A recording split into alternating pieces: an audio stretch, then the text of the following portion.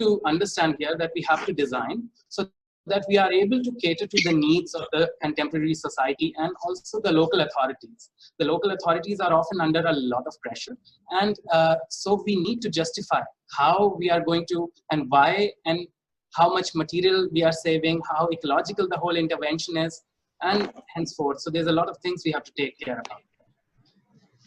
For me, as I said, conservation is always beyond material, may I request everyone to switch off their, to mute their devices so that there is no more background noise. Conservation is always about beyond the material heritage itself. We call it built heritage, but at the same time, we have to also respect that this was traditional wisdom involved in it, which was intangible. Often that traditional wisdom is the manifestation of certain philosophies. In our Indian context, Vastu is one such philosophy, which actually manifested itself into something tangible, which is basically the built form or the house itself, or the graha, as we call it. And then also there is a certain relation of the built with the unbuilt, always. So we have to take into consideration the landscape as well. And the landscape is always helping to actually support the built heritage, and vice versa. So there's a constant relationship between that. And that combination of landscape and built, unbuilt together, and the philosophies gives birth to rituals and festivals and celebrations, where we, even if it's not celebration, if it's a simple act of drying your wheat in the courtyard, these simple, basically the activities which actually define human behavior, and on a larger scale and on a smaller scale as well, is basically the reason why we are designing. So we designers have a huge responsibility to live up to, not only in just of tangible material sense, but also in terms of hosting intangible heritage within the built forms we are designing, or the unbuilt forms, because there's a lot of need of landscape architects right now in our society as well, because this is one of the areas where we really require much more design intervention as we are used to right now. And so next coming, because the whole world had this question since long time, that how do we define it? So we need standard procedures and guidelines. That essentially does not mean you have to stick to it as a very strict rule. These are guidelines which basically will help you. And charters. Charters are the official documents released by agencies like ICOMOS, which is International Council of Monuments and Sites, an advisory body to UNESCO. Conventions are often guidelines which are released by UNESCO, which are ratified or agreed upon by state members, the countries. The countries which ratify the conventions actually agree with UNESCO on a formal basis that they will respect the guidelines which are issued by them. So it's more or less how the mechanism of international standard for heritage conservation works in the world. So in 1964, actually, there was a Congress of Architects and Technicians of Historic Monuments in Venice, under the banner of ICOMOS. And in 1965, thus, they were able to adopt something called the International Charter for the Conservation and Restoration of Monuments and Sites, the Venice Charter. So this Venice Charter, there is a link below as well in the presentation. And later, maybe we can somehow arrange to share these documents as well with you all. And but this charter is the one which defined the upcoming restoration which will happen. There's a lot of history to it as well. There was Viollet-le-Duc, which took a neo-Gothic turn on all the monuments and restored every monument to their Gothic form, Gothic architectural form. And but this was one of the more concrete charters which happened after several people got together to discuss. Raymond Lemaire, on whose name my training center has been named in KU Leuven, Belgium, was one of the primary authors of this charter as well. And so that's how we came in to know about it. I have been able to sift out certain important details of this charter here. In the Article 9, it says a lot. I mean, you can go through it all, but the highlighted part would be that whatever interventions we are doing should be distinct from the architectural composition and must bear a contemporary stamp, which basically says not a copy of a style. So it goes against a blunt or a duplicacy or a copy of a particular style. It should have your signature, it should have your style. And the second is also the efficacy, whatever techniques, which if the traditional techniques, for example, if we are not able to use lime or if we are not able to use stone in a particular sense to actually preserve the monument, then we should be allowed to use more modern techniques. But those modern techniques should be well proven, and they have been scientifically proven that they will not hurt the original material. They can be removed as well when it's required, and they work perfectly as the traditional material working. So, and then the second, the Article 11 says the valid contribution of all periods to the building of a monument must be respected, which we are talking about palimpsest, which is layering of architecture. So we have layers of history building one upon another over time, and we have to respect all those layers. So when we are doing a restoration or we are showcasing that how restoration or a conservation work is being interpreted by a visitor or a user or something, we should be able to highlight important, significant architectural style of that building, because that building has been evolving since a long time. And then, of course, there is also must integrate harmoniously, must be distinguishable from the original. It again refers to the previous charter article as well. And then it should, whatever intervention you make, it should actually flow in the same design sense as it was earlier. The building was existing. So you are allowed to make changes, but it should have harmony of sense and style and design as well, and should be distinct. So how do we start interpreting? There are different interpretations of it which came across. Then another 13th article which was very important, that do not detract from the interesting part of the building.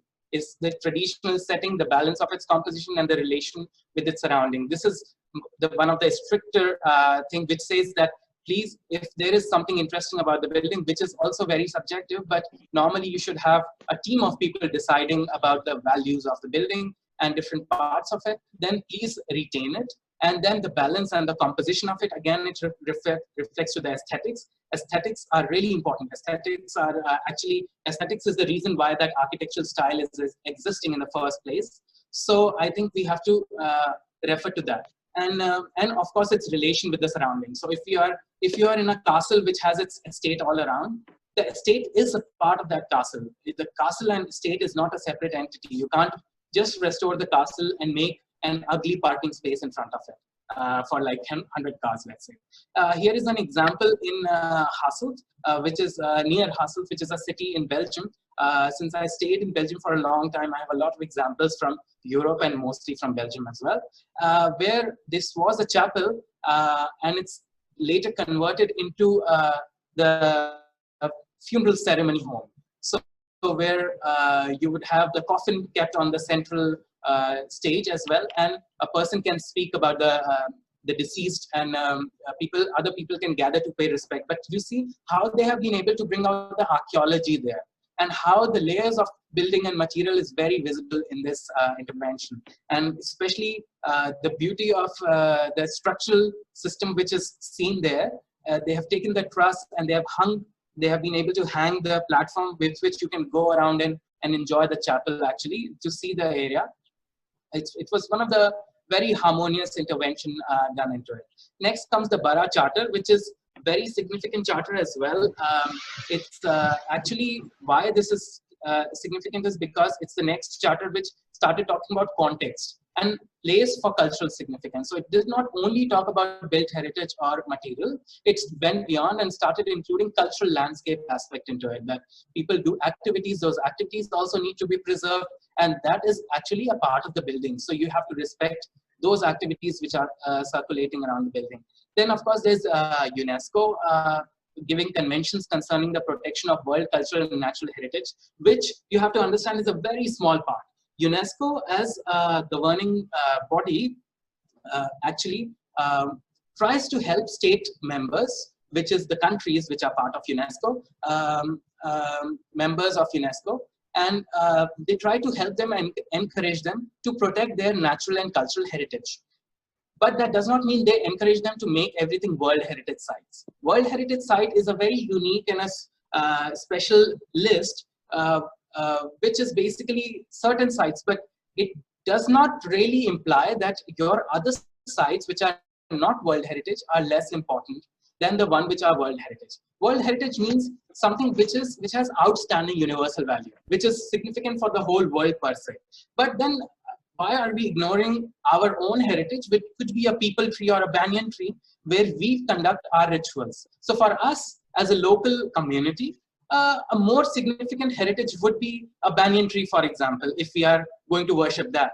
So, so that is actually a basic difference. We have to understand it's a very interesting program, World Heritage Site, and UNESCO is trying to evolve beyond it. And it did a very good job later as well.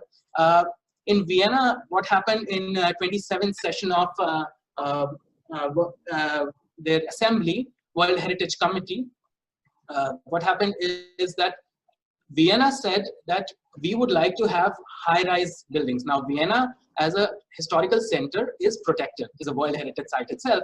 So they said we want to have high-rise buildings because we have a development pressure, which is very normal for prime location of high economic value. So now they went through it. So Vienna agreed to have a kind of a conference which involves 600 experts, where they discussed 70 case studies from 55 countries, and they came up with something called Vienna Memorandum, which is World Heritage and Contemporary Architecture, managing the historic urban landscape. So you see in 2005, we had a very beautiful document called Vienna Memorandum, and that helped in evolving building to urban.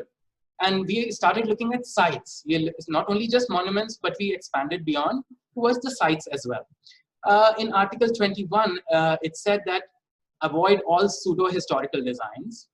In Article 24, it said built stock and context, which is always reference to the context should be respected. Then the townscape, roofscape, main visual axis, building plots and types should always be respected as well. No facadism in Article 26. And this later evolved. I'm going a little bit faster so that we can reach to more visual examples as well. I hope you can read this Vienna Memorandum later as well on your own.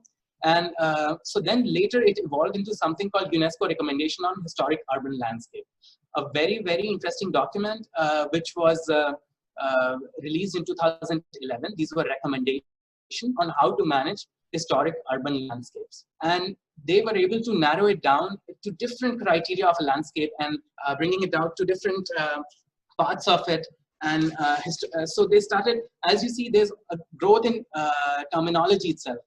When it was about historic building earlier, we have already come down to historic urban landscapes. So we are already looking at things in totality. It's very important that you respect the totality, because totality leads to social, economic, and environmental and cultural benefits at the same time. So then, which this sort of recommendation is again very simple recommendation, which we are trying to implement now in India as well with the help of UNESCO New Delhi office. And this could be somehow, if you have already read Kevin Lynch in 1950, he also tried to come up with something called 5 principles. And in his book, Image of the City, if you haven't, please go for it. It's a must read. And where he tried to show that there are 5 important elements when you are thinking of an image of a city: node, landmark, path, edge, and district. Now, district is basically looking at the totality of it, or the urban planning level. Those of you who are interested in urban design and planning, this is also a very significant part of it. Same as historic urban landscape approach by UNESCO. And then the edge of the city is, edge could be of urban, of rural, peri-urban, or natural. So there are different edges. Edges means where one typology stops to lead way to some another typology of use or function or infrastructure. For example, highways become edges actually sometimes for on both sides for natural landscape. So natural landscape, when it tries to come to the highway, gets destroyed immediately. That is like a million animals being dead in car accidents, or trees not finding their way. So we have to decide when we are doing bigger projects, we have to always take into consideration how edges work, and edges can be very aggressive as well. So we have to take into consideration how we can soften that effect as well. And then the nodes, of course, the landmarks is very important, and it's in Indian typology especially, it has a very, very significant role, because we are talking about, we refer to places by the name of landmarks. When we are saying that we want to head to a certain place, it's not always that we know the road name. Often we don't know the road name. We don't know the street names, but we definitely know the landmark where we are trying to reach as well. This could be a mosque, this could be a temple, this could be a church, or not just religious places, because that is more popular normally in a population with religious beliefs, but also simple historical landmarks like Imambara in Lucknow, for example, or different areas, or Connaught Place in in Delhi, in New Delhi actually, and henceforth. So, but when we come to the status of protection, so you can take a different approach. So as there's a saying, devil can quote from the Bible. So some people can use these charters and try to also use that to their advantage, the loophole. So this is a Prachin Gaushala, ancient Gaushala in Orchha, and we are all very devoted to protection of cows in our country, particularly these days. This is one of the older cow shed in Orchha, and which is a city in Madhya Pradesh. In Madhya Pradesh, and on the border of Uttar Pradesh, historical town next to a river. But when we go ahead and we see beyond this, this is what we see. So this is the status of protection we are talking about, that we were able to take advantage of the node, the pathway, which when we just walk on the main road, we will just see facades which are actually signifying that this is great, but actually it's not really the case always. So so then when you go behind it, you see that this is totally destroyed, and there's a different kind of use to it. It's used as a storage, which is okay as well, but I think this could be done far more elegantly. And then you can see the intervention around it as well, which is basically does not really care about the historical scene. Now, some people can also say this intervention might be reflective of the intervention in the past, but I would say to that is just purely because of bad maintenance. And that cannot be an example that you can take that, oh, I will just leave this very badly done exposed brickwork to match with my older building, which is also dilapidated. So that's not the way to go. So similarly, not just here, in other places also. This is Bruges in Belgium. Bruges is a World Heritage Site. It was one of the film shooting site for PK, if you have seen that Indian movie by Amir Khan, and also Colin Farrell's in Bruges. So this was it has canals, and it has this beautiful historic architecture all over, medieval, name it, church, beguinage, everything there. And then you have interventions like these where they're basically stripping off the whole building for whatever reason might be, but they're keeping this facade. So this facadism is it depends on the level of protection, but I think as we are evolving in our understanding, we want to go beyond facadism as well, just to pretend that, I mean, I understand that some people can argue that this is a lesser devil, that at least you keep the facade, but that is not the way to approach it. There should be intervention, there should be a willingness to protect the whole structure of it, the whole typology. Here it helps in maintaining the streetscape here. That's how they probably got the permission, because it's very difficult to get permission in Belgium as well for interventions. Now, some people also take certain approach like pseudo neoclassical, Greco-Roman, whatever, name it, you have it, sort of architecture in a lot of new buildings. Like this is something called Haveli in a very popular kind of trend where you have all kind of food on the highways, particularly in Punjab, Haryana. And So for me, but this is a strange take on architecture, because not only you are not, you're kind of glorifying or still patronizing colonial attitude towards it, and still you think this is the way to go. But also the whole idea of it, that having these saints and these sculptures in the naves, it's the whole sense. It's just absent. It's just trying to make you imitate something which is badly imitated, first of all, and has no soul in it. So I mean, if you want to just go in there, have a nice Karnal typology of Haveli, and a real with courtyard, and with nice exposed brickwork basement, China mosaic walls. There's a lot of architecture from Haryana itself which can be just taken up to another design level. But instead we tend to choose this over that. So it's a bit of a sad scenario. Similarly, this is a heritage hotel which was which opened, I think, in 2017 or 16. Now, why I'm calling it a heritage hotel is because it's called Heritage Hotel. The name is Heritage Hotel. It is made in contemporary techniques. It has nothing to do with the local architecture. It is it's in Khajuraho. It's an imitation of, most of the time, elements from Rajputana architecture, and you can see blank walls as well. So it's a very functional building. I think this could be, it could be an example worth thinking about. Some people like it as well, but it's kind of fake and pastiche. So we have to look at it a little bit like that. And then also there are examples like these. So when you have Khajuraho station really making an attempt, the railway authorities trying really hard to actually do something about heritage, their heritage. So these are Khajuraho temples on top, which are World Heritage Sites. And then they imitate that into their station very badly, because that typology below is Lingraj temple, which is in Odisha, and does not really particularly refer to the Dravin Nagarai style, the Rekha Nagarai style of Khajuraho, and Khajuraho temples of 10th century. And then it's a station. So what are you trying to do? It's a station, it's a train station, but you bring these spires and bad imitation of it in funny materials, in really bad colors, and then you put it there. Not only that, you also try to imitate the lawn. So the lawn which was given to us by British system of conservation is also imitated here. So there is, I think it's a bit of an extreme example.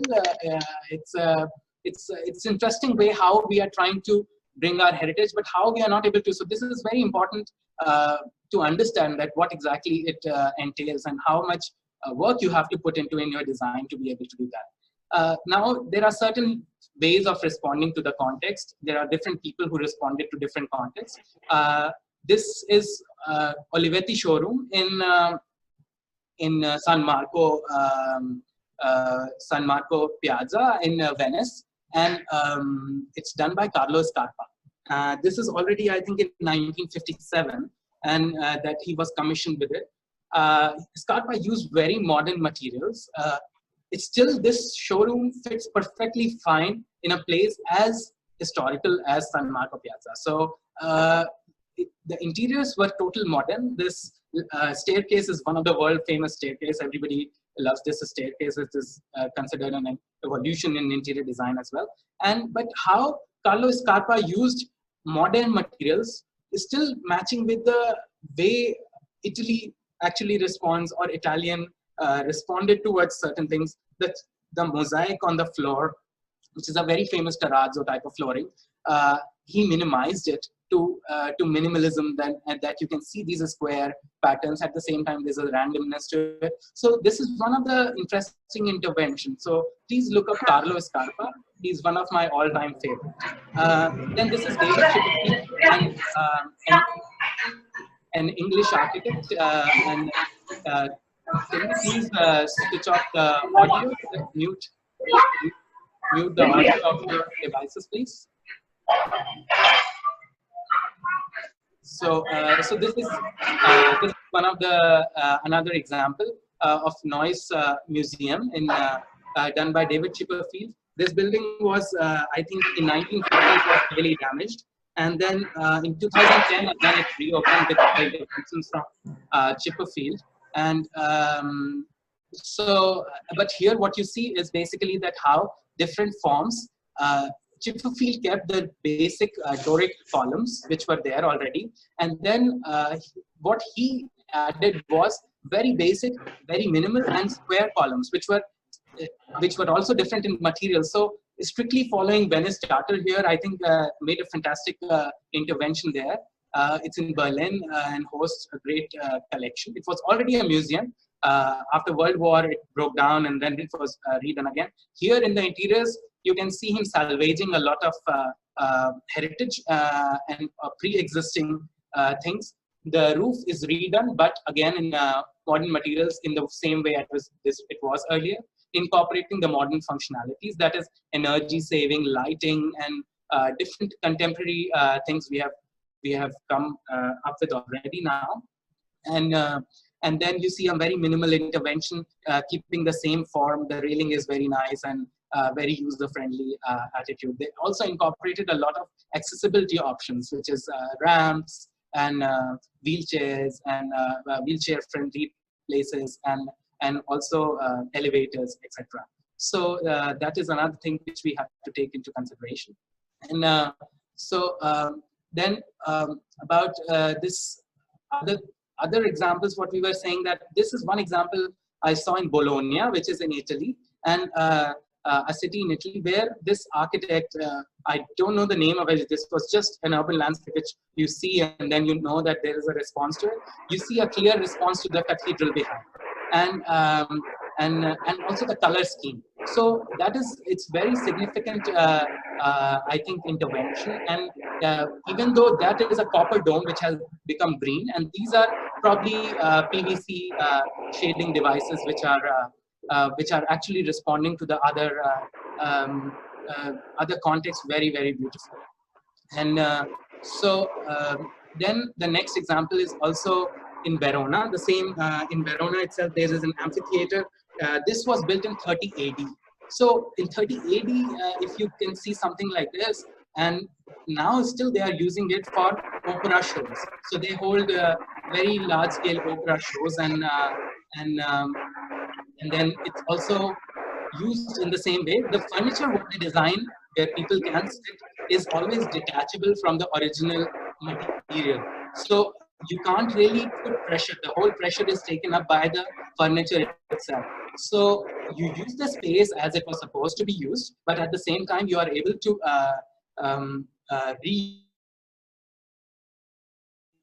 thing. So and then the next example is also in Maastricht. It is also a city in Netherlands where they had to sell off the church to the local municipality. The local municipality made it a bookstore. They sold it to a private investor who made it into a bookstore. So that is something really interesting, how this worked out actually. You can see that this church was built in 1294 actually. So it's it's not, we are talking about almost Khajuraho temple.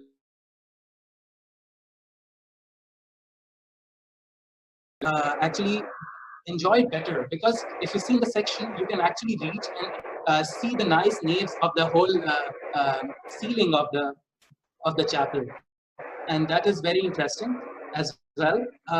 May I request Karthik to, yes, thank you.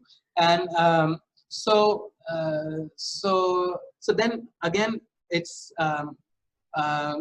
this one is a chapel again in Ghent, where they made it into a restaurant, which is also again from, I think, 15th century or 14th century as per the facade. I don't really know the date. And then they made it into a restaurant. So this space, which was originally for prayer, but people still gather together. There are masses of people, but they eat here together and they enjoy the space. So you can see they did a very interesting intervention with the lighting. So have a very soft lighting, and they let the place for worship there as well. For the moving on, this is one of the most interesting examples I've come across. This is done by Andrea Bruno. Andrea Bruno was also an instrumental person who, behind the drafting of Venice Charter, closely worked with Remo Lemaire as well. And here you can see this was an old castle, Castello Rivoli in Italy. And Andrea not only stripped it off of its older materials, let's say, but at least from the rooftop, he made a new roof because these tiles were not being made henceforth, and there's more background to it, and also made it a community space. So this Castello Rivoli basically became a space for the community where kids can come in and they can have a playground as well, and they have multi functions. So he definitely took into consideration the roof typology on the side, so where he destroyed another building on the left hand side, and he converted it into so he kept the forms. So if you see, he respected the form of the building more or less, but actually made a very, very strong intervention. But these buildings look absolutely beautiful. You will never ever be able to criticize it for the design intervention they have been able to do here. So another thing is that this is another place in Ghent, in Antwerp, another city, the diamond city of Belgium, where they cut diamonds, and a big market. So this was a big market and a port. So this was a port storage building where you would have lorries coming in, the trucks coming in, and you would basically take the material and store them in the godowns on different floors to increase utility of the space per area. They went higher. But now with this intervention, this place is basically an office building. People can rent offices here, and they have covered it, the central nave, with this interesting new intervention, which brings in skylight as well, the sun inside, because Belgium is normally very rainy and gray. So this helps a lot. And also, it also keeps the whole area dry. So that's another interesting intervention which has happened here. This, I would leave it to you. I don't know how big of a fan I am of this intervention. This is Zaha Hadid Architects, again in Antwerp. The building maybe has been inspired from diamonds. So the intervention, of course. So the building was already there, and the new intervention, she won the competition, and Antwerp municipality actually granted the competition as well to, and they won it, and this is an executed project as well. For my taste particularly, I think it's a bit extreme, but this is another take which I wanted to present to you as well for your own reflection, that how you want to showcase your building, how much of an impact or a signature or arrogance you can put into your intervention at the same time. So another example of same dock building next to a port is this Hamburg by Herzog and the Muron, where you can see that this building has been converted into a Philharmonica hall now, and you have these concerts and a lot of interesting things happening, a cultural center for cultural activities for Hamburg. Hamburg is a very rich town in Germany. It's one of the major economic town of Germany, and I think it's also has a very good quality of life in terms of things. So they had this old port building. They kind of took they took away everything. They kept the facade, the block itself, and they put something on top of it, which I think is a softer intervention than this one for some reason, because at least here there is a sense of respect of the same to stay within the boundary, or henceforth. The building now looks like this, and it actually enhances the whole the whole facade, the economic facades which are there in Hamburg already, all the buildings with these glass skyscrapers. So they kind of reflects to that. At the same time, also stays there on the port, kind of with the sails of the ship. So there was a lot of story behind the design. So that is one interesting intervention, which I would say. This at the end of the nave, you can see this historic urban landscape of Ghent, the city of Ghent in Belgium, and they did something, an intervention in World Heritage Site. So this is a World Heritage Site, protected historic core, and the tower you see on the right hand side is Belfry, which is one of the serial nominated sites all across Belgium, France, and Netherlands as well. And so these belfry towers are protected, and they did a stronger intervention here. These are architects called Robrecht and Dam. This is a Ghent-based office as well. And they did something of this quality of intervention where they actually referred to the Flemish roof, which always have this kind of typology. They went a little bit crazy with the chimneys and the heating system and henceforth. Of course, below this, why it's also essential how they were able to justify is because it's now widely used by the public. So the center of the city, which was all historical and gray and with the all that, suddenly became very, very dynamic. So that actually makes it interesting intervention. Can I request people to mute their microphones, please? So that this intervention particularly is adding value to the city. So you can see below that you have a cafeteria, below that huge hall. So that hall actually protects you from rain. As I already said, it has a lot of rains in Belgium, similarly like in England. And so you have these shaded areas where you can actually, the artists, musicians perform there all the time as well. People gather to have different kind of festivals, and you have markets happening as well. So this in general is a very, very interesting interventions by Robrecht and Dam architects in the city center of Ghent. Now I want to take up some case studies. These were like smaller examples. These are particularly 6 case studies which I'll go through. And first case study is by Norman Foster Architects for the Reichstag Dome. Now Reichstag was basically the capital, the parliament building, the most important building of Berlin. Now I think it suffered a lot of casualty during the World War, and the dome broke down because of bombing and whatnot. There was a lot of Nazi movement which actually did not believe in parliament per se, which was democracy. So this was anti-democracy movement which actually led to this building, which used to look something like this in 1895, turned to this something later in 1933. So this is the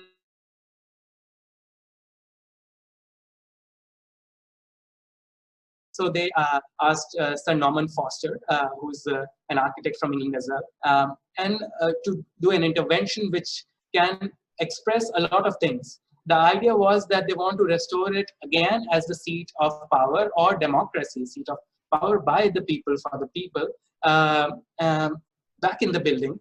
They wanted to showcase that how it's citizens who stand above in terms of even metaphorically and literally, who citizen and the common people are above these power regimes. So Norman Foster Architects came up with a solution like this, which was this dome, which was very transparent with a double helical structure inside a ramp. Now this dome is open to public. You have a separate entry for that. The building is of course restored very well, as you can see. And the dome is open to public where tourists can come in. They can enjoy the landscape of Berlin to go up and down, and they can also see into the parliament proceedings, what is happening inside. So this is literally, you are putting a common man on top of your parliament, a very, very bold statement in design itself. So you can see how such interventions can give you goose flesh, because they really take the idea and put it there in the physical terms and bring it out for you. So something in the evening, what you can see is like this. So you have these helical structure. And when I went there, you have to book, of course, you have to pre-book, you have to give your ID and all those things, certain details. And then they let you inside the building. And what you see in the evening is this. So this is when I could go there, and this was a beautiful, beautiful view. And the whole strange feeling of you being on top of the parliament is very much visible there. And what you see from above is this. Their whole parliament house having their work and proceedings, things going on. I think it's just fantastic example of how things how design is allowing ideas to materialize in such beautiful, beautiful way. Another example by Andrea Bruno, the same architect I talked earlier about, and SUM. This is an architecture office based in Brussels. The head is the head architect, urban designer is my professor, Professor Paul Rao. Hopefully in January, when we have an international conference at Faculty of Architecture, he'll be coming down to share his projects also with us. And here what they did was, this is Brigantine Chapel and Extension in Brussels. So this is in Brussels. They had a chapel here.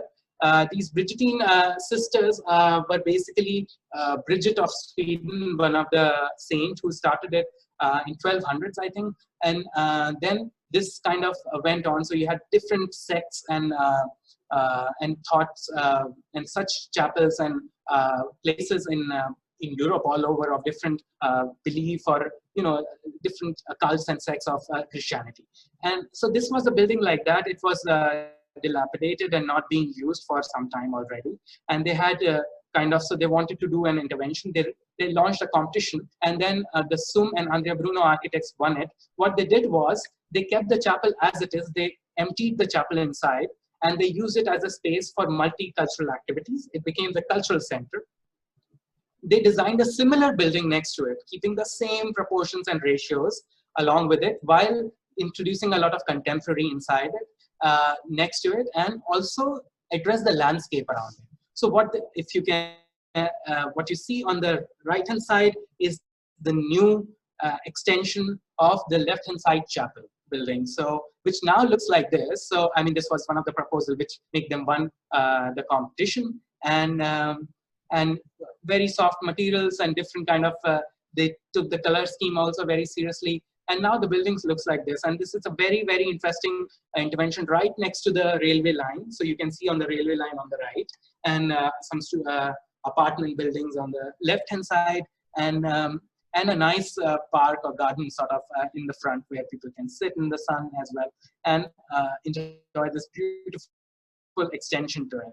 I think this is also a very remarkable project in itself, because it is daring. At the same time, it's still very docile when you look at the chapel. So it no way disrespects the chapel, but also makes a mark saying that, look, I also exist here. This is contemporary architecture. This is 21st century architects designing things for the contemporary society. So the lighting itself is very, very interesting. At the same time, they kept the heritage as it is. So if the building stays protected, does not really suffers from intervention. When you pass by through the railway station, you see this monolithic chapel of sorts. So you immediately understand that this is a chapel, even when you don't see the chapel behind it. So, so the typology is respected. Again, I think the Vienna Memorandum is very beautifully respected here and actually implemented. Another project would be, would talk about a sea mine at Genk. This is a coal mine. This is taken up by 51N4E architects, also based in Brussels. And Genk is also a city in Belgium. This was actually a mine, basically a coal mine industrial scenario. A lot of such stuff we have in India right now. We have a lot of industrial heritage, which is a kind of abandoned building and stuff like that. Like, building under, you can't enter the building, it's too risky, building under risk, and all those things what we see right now. But what they did was that they took up the mining industry start, because coal was replaced by different other form of energy, and the miners went away, or they took another jobs and things like that. What they did was they did a very interesting intervention. Now the site looks like this. This is basically the residue of the coal mines. What came out of coal mine was accumulated here. So you have this kind of a soft meadow or something like that, a kind of a residue thing happening there. This is the campus where they were actually doing things. This became the Sea Mine Cultural Center. The main cultural center was here at the center of it. They gave a lot of open area and also invitation to artists to come and do their arts here. A school of arts also started here. And then there were some office buildings as well. This place also serves as a residential place for certain academic scholars visiting Hasselt University and henceforth. So if I just zoom in, this is what you see basically, the main building, the School of Design and Arts. This is also the Fab Lab, the fabrication lab, where they experiment with 3D. which is a very big thing in Belgium. Belgium also owns a lot of patent in 3D printing and technology. And then you had these restaurants happening there, and also different kind of activities and exhibition spaces. When you see a bird's eye view, basically from one of the towers, which they converted into a viewing tower of sorts, you can see the city itself, because Belgium is quite flat, so you can see the long distances. And they also address the urbanism here. So the whole site was treated, not just particularly this buildings, and the whole site was treated very, very well. And then you see this, certain parts were remaining as ruins, and certain parts were properly design intervention and restored to the former glory. Often they changed the ceilings, of course, everywhere for energy reasons. And you have the main building as this, which is a very interesting entrance. These landscape, which is a very interesting design intervention, are almost artsy. And then this is also one of the pictures shared by the architects of the project, because here what you see is this new intervention, which is on your left, against the older part of the building, which goes very well because of just purely color scheme, because they did not particularly use same material. The materials are rather impressive and sometimes very, very stark, and it stands against it. The interesting flooring choice is also, I think, very interesting, because these are the kind of tiles which were made at that point often, and something like Atangudi tiles here in India. And then they were used here, also complemented the color scheme, the use of steel and this very minimal black matte finishes, complemented at the same time stayed docile to the architecture around. Now you have artists doing funny interventions and like doing a public art in this area as well. And of course, the interiors of it is kept as it is, also used for exhibitions. They invite artists to exhibit interesting pieces of work there. And it's a very, very dynamic center. So it's a very successful project where they converted industrial heritage site into something which is very, very dynamic. And then again, there is the other example, which is one of the major examples actually, is a Tate Modern in London, but again by Herzog and the Muron. And and then again here what happened was, this was again an industrial building where so this was again an industrial building which was a powerhouse. So they were generating power for the rest of the city, London, right on Thames. So you have beautiful riverscape next to it. Well, it's beautiful now, but at some point Thames was really dirty. So you don't want to be next to Thames at that point of time. But now it's beautiful riverscape. So why not use it again? And they did this intervention. So now the building looks like this. They added 2 floors above for performing arts and culture as a cultural center. It also has office complexes. It treated the riverscape to itself and not like the river escape treatment or riverfront development, as we call in India, by making vast concrete ghats on both sides of river, but a softer garden sort of intervention, which can actually allow spaces for people to be there, and which is climate friendly as well. And so the interiors, they basically stripped it down to its raw skeleton. You can see the impressive steel structure, which is also the value of the industrial heritage, and which allows huge space for the artist to display things. So it will attract any architect or artist or public art installation here very, very easily. The old building, they restored, all the bricks were restored. And this brick actually, they were also asked to do an extension and kind of an office space for different purposes, which could not be hosted in the building. So they had some area behind the building to do extension. The architects derived the texture. So they took the texture of this brick and they made a new building or a new intervention or an extension to it, which was very contemporary in nature, very form-oriented sort of building. It's good or bad, it's up to you for you to decide how beautiful the form looks. But however, their response to the context of texture and the bricks is very brilliant. So the brickwork here is obviously very, very different from the previous one. At the same time, it actually says the same language. In the front, they use the same area, the big area for public park. So you can come out, you can also have fairs, and which is something very popular in England, to have these kind of fates, and then people can gather and kind of socialize as well. Again, a very important aspect of urban spaces. So the project in itself totally tackles a lot of issues altogether. So that is extremely interesting. Then it also allows a huge amount of flexibility to the artist or the performers whom they are inviting to use the space. So even a trapeze show can happen in this space. So it's so flexible. So that is another interesting thing which we learn from this design. Because we are talking about large sites, this is the second last case study I'm referring to. This is Arsenale and Giardini, where Biennale of Venice happens every year. This has been happening in these places since 1895. So now that we are finally talking about urban level heritage conservation, Italy was already doing it since 1895. So so you had this island of Venice here. The Arsenale and the Giardini, actually the two parts where the Biennale of Venice, and the Biennales of art, dance, and architecture, it depends on the year, and it goes on and on. It's a very prestigious Biennale. Anybody who is displayed there is considered to be a fantastic designer or artist, and henceforth.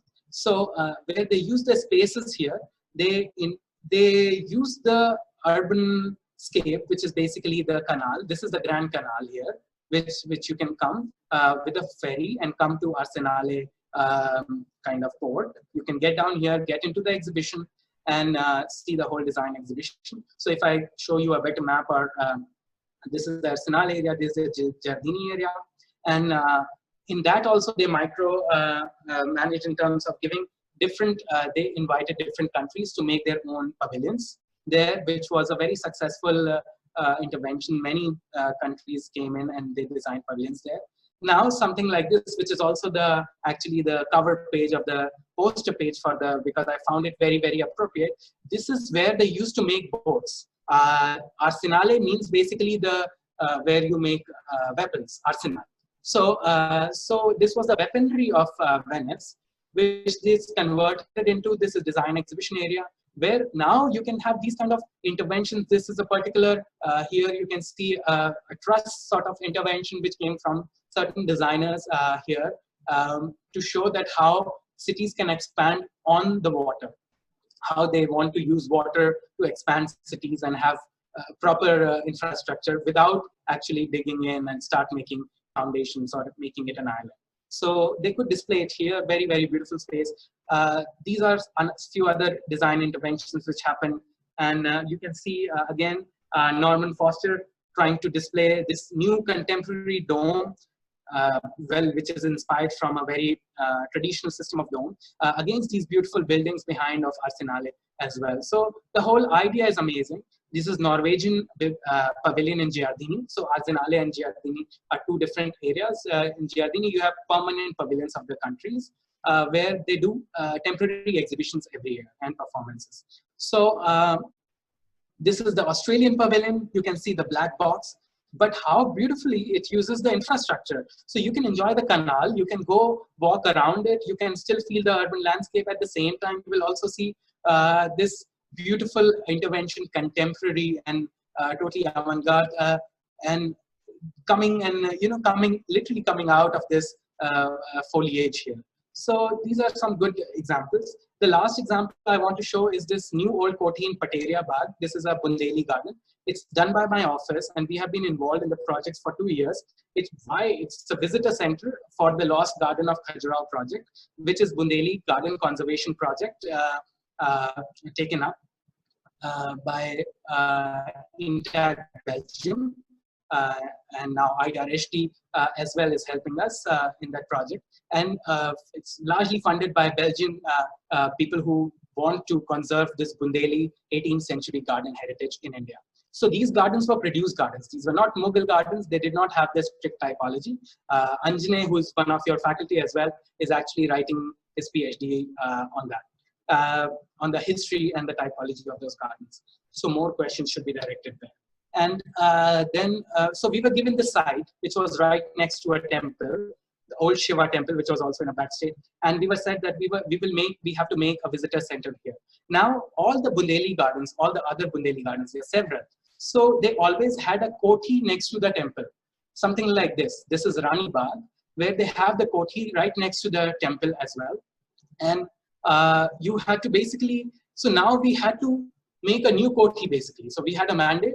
We have to make a new koti. We have to respect, because we were very sure there used to exist a koti here, and which was probably broken down during time, and the owners took care of it, and they cleaned the land for agriculture and henceforth. So we wanted to recreate a koti, but we still did not want to hurt the temple, the importance of the temple. We came up with a solution which was simpler, contemporary, and something like this. So we had a modern koti. We respected the lines of the temple and also of the koti. At the same time, the materiality also, because the whole koti is constructed in line. We brought no cement to the site, because cement is also acidic, bad for agriculture. We want to produce here as well, and henceforth. So the project is very large project. It covers agricultural biodiversity conservation. It covers the traditional farming techniques conservation. So in all, it basically takes care of Vienna Memorandum as well as HUL approach also. So we had also music, people perform here. So a visitor center which was given to us, basically we were asked to design a big hall. How creative do you get with a big hall? And where people can, which is a multi-utility space where you can also display a movie. You can also have community meetings for farmers to be trained, and you can also have exhibition. So a permanent exhibition talking about the visitors, also a space for visitors to sit and work and enjoy the garden, because the garden, you only perceive it, you don't even realize 50% of the effect of this place through pictures. When you are there, it's beautiful scenic environment, a lot of agriculture around, biodiversity, birds chirping, nice breeze. And when you are in Bundelkhand, these nice breeze, Bauli, and all these things really matter a lot. Another thing which was, so now the garden, our visitor center, the design, our intervention looks something like this. It's a work in progress. We will probably be opening in November. We would have opened earlier, but we have a world crisis right now. So we have postponed the opening to November. We are still continuing the works here. This is a picture from, let's say, I think October or November. But in the design intervention itself, I want to discuss further that there is something called Bauli. Bauli is a step wells, where you conserve water and you also go down to water to do rituals. You do a lot of rituals, cleaning, and this is all very metaphysical approach as well. And so all the Bundeli gardens had Bauli, because if you have water, you are pretty much powerful in an area. And so then you had Baulis, but this garden, Pateria Ka Bagh, did not have Bauli. We wanted to start introducing the Bauli to the visitor. We wanted to tell the visitor that if you will visit more Bundeli gardens, the other Bundeli gardens, you will also see a very interesting typology of Bauli.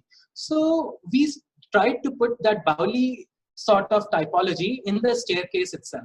So on your left, if you can see, it's a plan, and on the left, and which is the south of the site, we were able to put the staircase on a big long tower, which was also very, very classic, stereotypical Bundeli koti, and in a tower. But our tower was open to sky, so we had an open to sky step well, and instead of going down in a step well, here you go up to the terrace through the step well. It allowed two things. First of all, it allowed us to create Bauli for the visitors, and then it covered the south, which is a very intense sun, and part of the west, and it shaded the building as well. So if you have a huge tower on the south and the light is coming from the south, automatically the shadow is casted on the whole roof. So we had something like that happening, and then this construction of Bauli architecture allowed us a cavity around it. So we had an air gap which allowed us further passive cooling. We had certain, we are also drawing air from it now. So we will have passive cooling system going in the hall, a nice breeze flowing, which is cooled automatically and without using energy through these. So we use a stone, brick, and a lime mortar everywhere. Something like this came out in the section, if you can see. So we had this air gap happening here, which allowed us shade. And then no direct sun except for 12 o'clock, not even 12 o'clock, comes directly below. So you can use this space for sitting and having a cup of tea, or just enjoying the solace and the lighting arrangement. It looks something like this when you see from inside. It's also a work in progress, so the site is a mess. Please pardon me for that. And a playful structure in itself. So when you go above, you can enter from two sides, and you can actually have kind of a fun thing to go up to the terrace and come down. So it's a fun thing. What you see from the Bauli itself is this kind of sky above, which will always give you indirect lighting. Another thing what we could not address here was Jharoka. So Jharoka was very ornamental, not very useful in Bundeli architecture. So a lot of Bundeli architecture is purely ornamental, ornamentation from outside. Now, we did not want to copy ornamentation. We did not have the means or the craftsmen to copy exact ornamentation of Bundeli architecture. Neither we wanted to do it. So as a contemporary society, we wanted to give them a Jharoka, but at the same time, we wanted to keep it in sync with the whole beautification and ornamentation of it. We had very thin walls, so if we would hang a stone Jharoka on top, which is a very heavy structure, our building would have toppled down. Unlike earlier times when a wall would be, let's say, 600 millimeter or more, this was much thinner wall. So this is 2 brick wall basically. And so we also invited some students over here who actually saw the place. Then, so this for the Jharoka interventions, we came up with something like this. This was a truss Jharoka. It's proposed to be in Corten steel, which is rusted steel. It has a rusted look on it, but stays the same. And we derived the typology from the original Jharoka, which looks something like this, to this. And ultimately, it transformed into something this. Now, this truss network holds its weight itself and still remains there to basically become the ornamentation which we always wanted to do. So a project like this, in the upcoming, we use traditional systems. So these bulls are our bulls because we have bulls for the farming as well in the gardens. So the garden project has bulls as well. And they are churning the lime to make lime mortar by traditional technique, using jaggery, using the local technique. So we went to the local craftsmen to ask what is the proportion of lime mortar, and then we did a lot of research on it, ultimately coming up with this mortar. Now the building sits something like this, and we'll share some images as soon as it's completed. But what is interesting is how, and now we are restoring the temple itself, and we will put again the Shiva statue inside it, and to reinstate the Shiva statue, to bring back the culture which the garden has lost. So the place itself, the garden, this is not just a design intervention. Also, the whole idea of crop rotation. So even the crop is controlled. The crop, we always grow something which is drought resistant and which is organic and local. So local seeds like kodu, which is not, people don't even know about it anymore. And then more and more rai, more and more dal, and henceforth, because these are drought prone areas, so no extra fertilizer or chemical has to be used. This is all organic farming taking place here. Now this brings me to the last slide actually, and which is also talking about a heritage of our own city right now in Lucknow. We have some very remarkable industrial heritage in our city, which some of the students I think should take up for their master's thesis immediately and propose something really, really brilliant, because I think we have seen enough examples about it. Another important aspect is now we have heritage which is breaking down. So this is Sittanabad Imambara, which broke down recently in last week actually, and which just collapsed. And it's a very sad thing. But when it comes to recreation of this, what is the take we should take? Should we recreate it as it is, as it was, or should we do an interesting design intervention into it which brings out the Satanabad Imambara soul itself, and also the whole interesting part about Hazratganj, the whole idea of food and luxury and everything, which the whole area of Hazratganj where this Imambara or the building gateway is located. So should we reflect to that? So I think it will be very interesting if we start taking up such kind of design projects where we don't think of heritage as a liability or something which is very public fund eater or something like that, or just pure museum approach, but also a space which can be used. But the space should be used very sensitively. It should enhance the quality of all the pre-existing nature of the building, and it should always be in sync with the whole design philosophy which always stood for. So thank you. Over to Professor Gulati or Professor Sharma. Well, thank you very much, Nishant. It was a pretty enlightening session, and I really appreciate the fact that you've talked about conservation in lieu with design and contemporary architecture, where we are not trying to copy or imitate, but we are just trying to bring in the essence of the existing and pay respect and homage to it. So this was a pretty successful webinar, I must say, Nishant. At 3:01, we were more than 100, and I think we should kind of aim for many more like these in future, where other people could join in and explore the possibilities of discussion and more interaction.